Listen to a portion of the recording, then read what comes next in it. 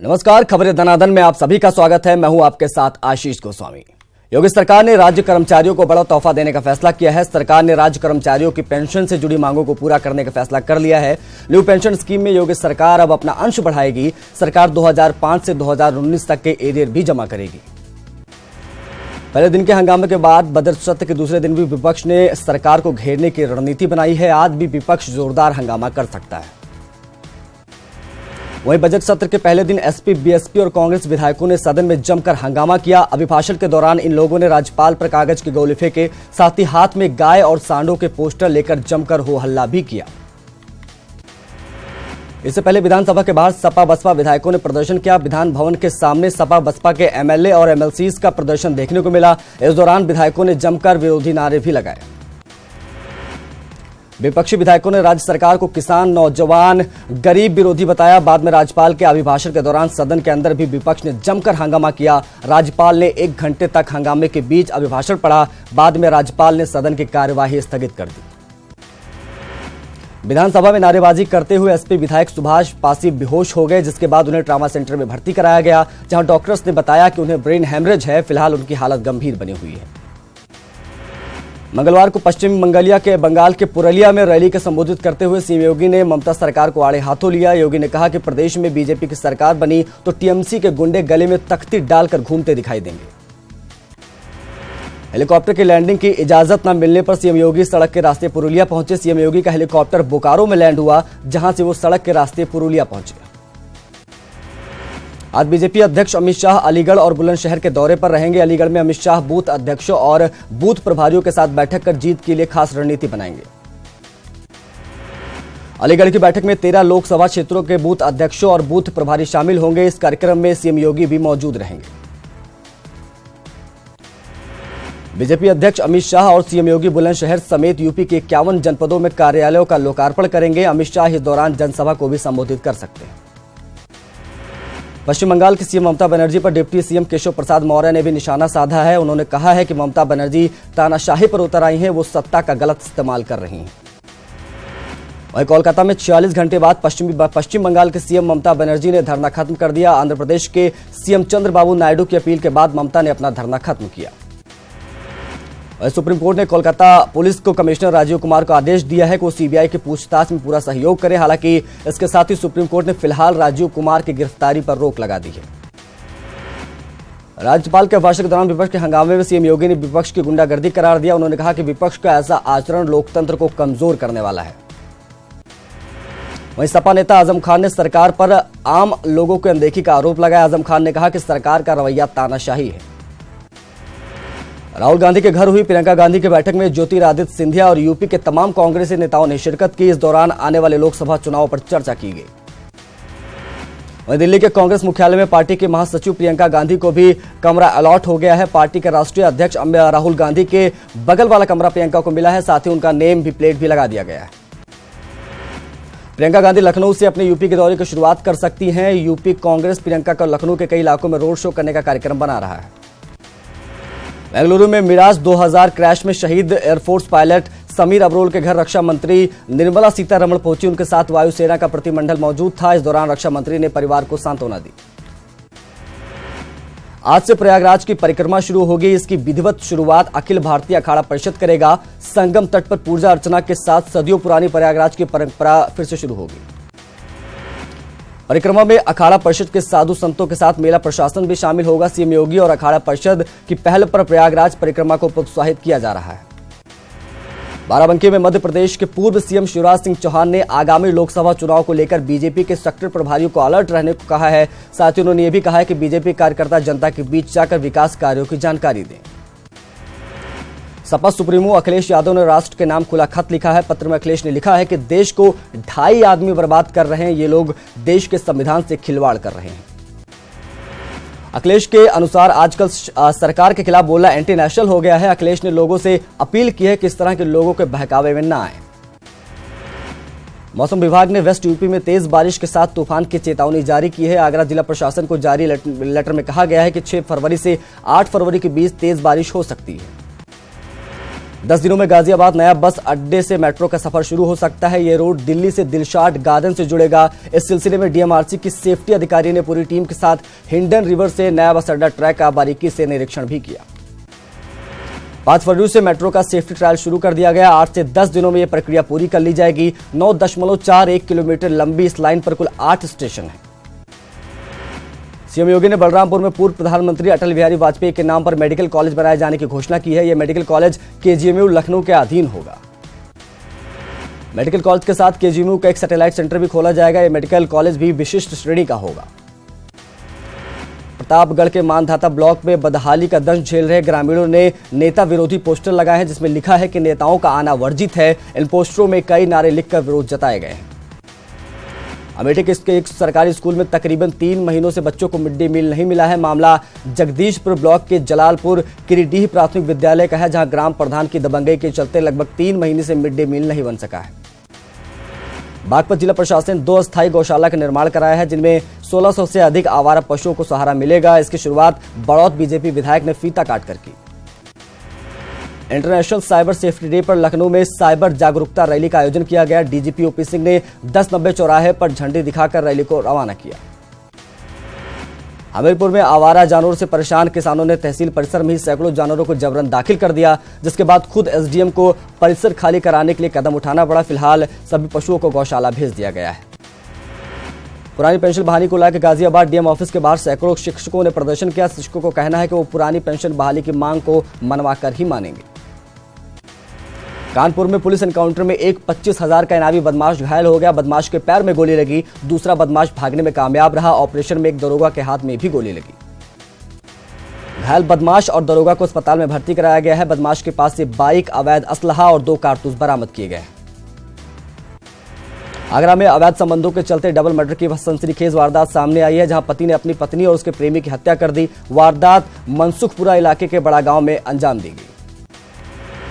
PM Modi के संसदीय क्षेत्र वाराणसी में अजब प्रदर्शन को देखने को मिला। यहां बीजेपी कार्यकर्ताओं ने ममता बनर्जी को मेंटल बताकर उन्हें मेंटल हॉस्पिटल में इलाज कराने की सलाह दी। अयोध्या में गैर विवादित जमीन को लेकर सरकार ने सुप्रीम कोर्ट में जो याचिका दायर की है, उसको लेकर अखिल भारतीय हिंदू महासभा बीएचपी से खफा है। हिंदू महासभा की मांग है कि जमीन राम जन्मभूमि न्यास की जगह उसके मालिकों को दी जाए। मैनपुरी जिला अस्पताल में 10 साल पहले लगाई गई कैंसर यूनिट भले ही चालू न हो पाई हो, लेकिन इसके लिए करोड़ों का बिजली का बिल जरूर अदा किया जा रहा है। हाल ही में अस्पताल ने इसके लिए लाखों का बिल अदा किया। अमेठी में बेखौफ भूमाफिया सरकारी जमीनों पर कब्जा कर रहे हैं। ताजा मामला करौंदी गांव का है, जहां गांव के रहने वाले 2 युवकों ने पंचायत भवन के लिए आरक्षित जमीन पर ही कब्जा कर लिया। कानपुर में मंडलायुक्त ने डीएम ऑफिस का औचक निरीक्षण किया। इस दौरान उन्होंने सबसे पहले कंप्यूटर पर हो रहे कामकाज को देखा और फिर रजिस्टर चेक किए। निरीक्षण के दौरान ही उन्होंने बताया कि संपत्ति विभाग को जीएसटी में मर्ज कर दिया गया है। झांसी में डीएम के फर्जी दस्तखत के जरिए पेट्रोल पंप के दोबारा रेनोवेशन के मामले का पर्दाफाश हुआ है। पुलिस ने मामले में जिला पूर्ति अधिकारी अमित तिवारी को गिरफ्तार कर जेल भेज दिया है। डीएम ने जांच के दौरान पाया था कि इसके लिए उनके जाली दस्तखत का इस्तेमाल किया गया था।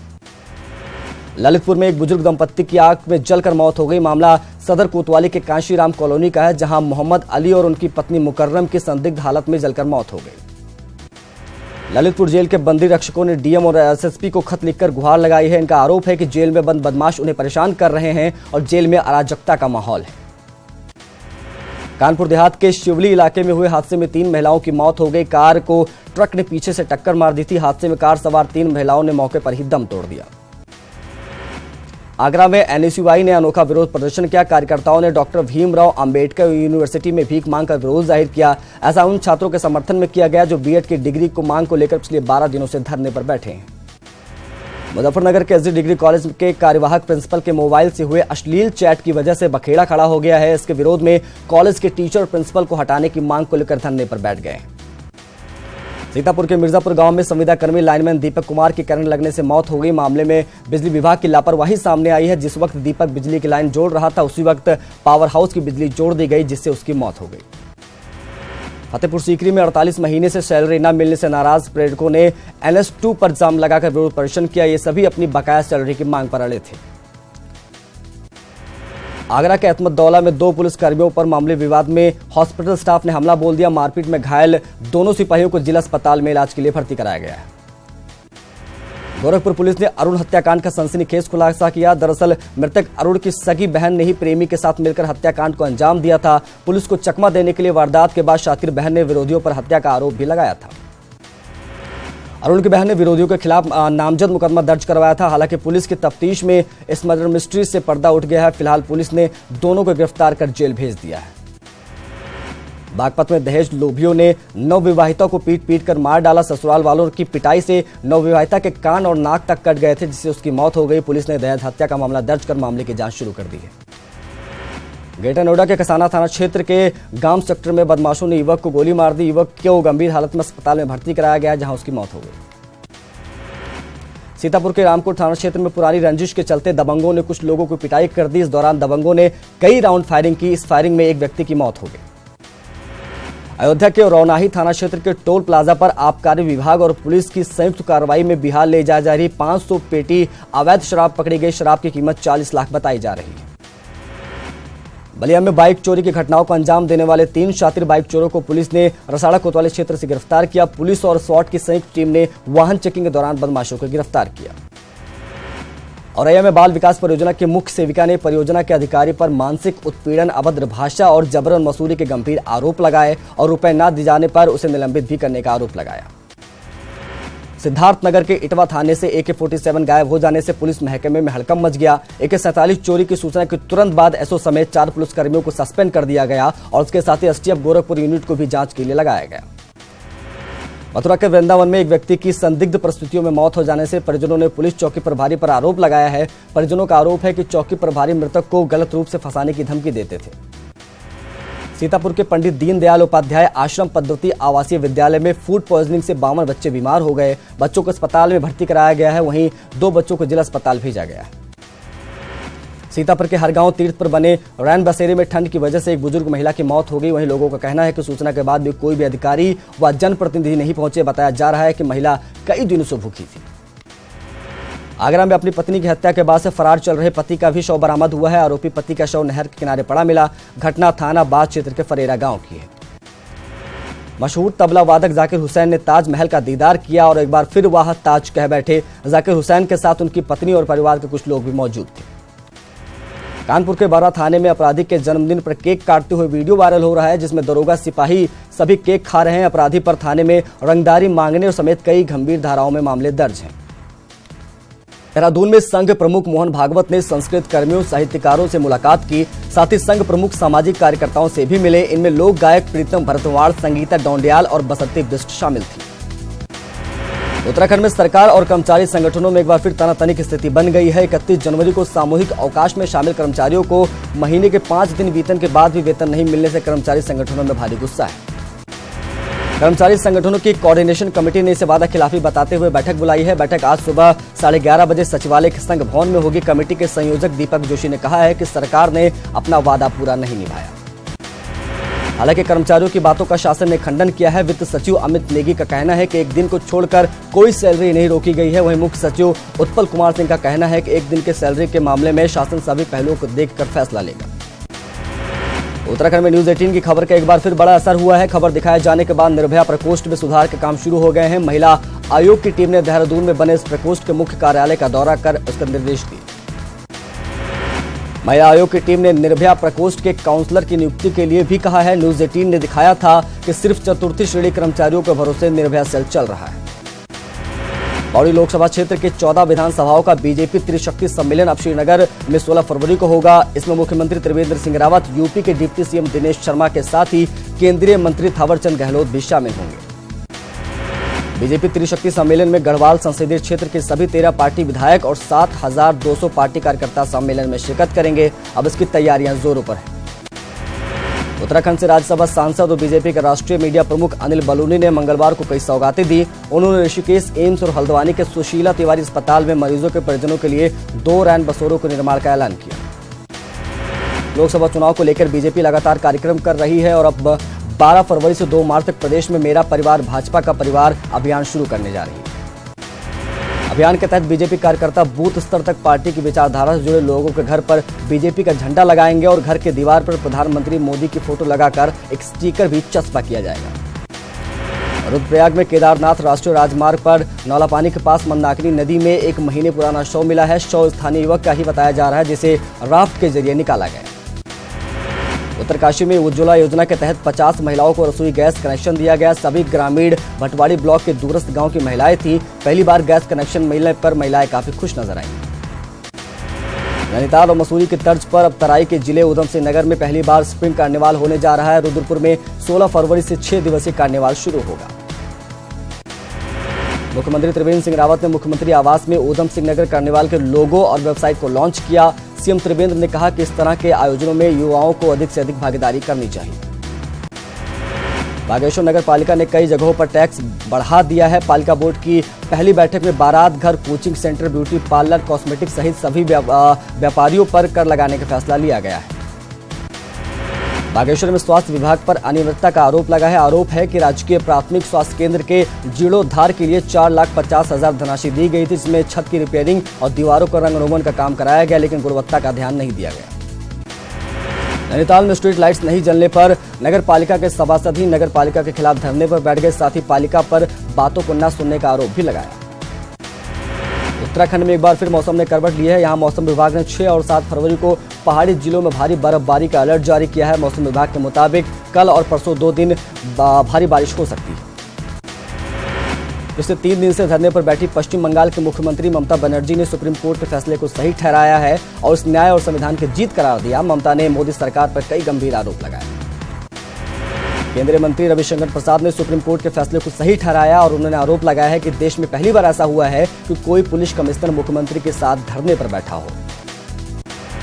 लोकपाल की नियुक्ति को लेकर रालेगढ़ सिद्धि में अनशन कर रहे समाज सेवी अन्ना हजारे ने अपना अनशन खत्म कर दिया है। महाराष्ट्र के मुख्यमंत्री देवेंद्र फडणवीस ने अन्ना का आश्वासन देकर उनका अनशन खत्म कराया। केंद्रीय मंत्री सुरेश प्रभु ने दिल्ली में फिक्की की ओर से आयोजित इंडिया मोनाको बिजनेस फोरम में भाग लिया। केंद्रीय मंत्री ने कहा कि दोनों देश तकनीकी और पर्यावरण को लेकर बेहतरीन काम कर रहे हैं। इसके साथ ही मोनाको को भारत में निवेश करने के लिए भी आमंत्रित किया। आंध्र प्रदेश के वाइजैक में 2 लड़के समुद्र में डूब गए। यह घटना बंगाराम गांव की है। बताया जा रहा है कि दोनों लड़के समुद्र तट पर गए थे। इस दौरान यह हादसा हुआ। कश्मीर समेत दिल्ली एनसीआर में मंगलवार की रात भूकंप के हल्के झटके महसूस किए गए। एएमसी के मुताबिक भूकंप की तीव्रता 5.6 रही। दिल्ली एनसीआर में लोगों ने 10:17 पर भूकंप के झटके महसूस किए। भूकंप का केंद्र जमीन के 40 किलोमीटर नीचे उत्तर पश्चिमी कश्मीर रहा, जो श्रीनगर में 118 किलोमीटर दूर है। भूकंप से फिलहाल किसी तरह के जान माल के नुकसान की खबर नहीं है। अमृतसर के एक सरकारी स्कूल में एजुकेशन पार्क खोला गया, जहां छात्र आसानी से सभी विषयों की पढ़ाई प्रैक्टिकल तौर पर करेंगे। इस एजुकेशन पार्क में विज्ञान, खगोलीय शास्त्र के बारे में भी बताया गया है। इसके साथ ही व्यवहारिक ज्ञान की शिक्षा भी दी गई है। गुजरात के वडोदरा शहर को खूबसूरत पेंटिंग का नजारा देखा जा रहा है। अलग अलग देशों के करीब 28 कलाकार दीवारों में पेंटिंग के जरिए अपनी कला बिखेर रहे हैं। दीवारों पर भारत की कला संस्कृति को भी उकेरा गया है। इसे देखकर लोग खासे उत्साहित हैं।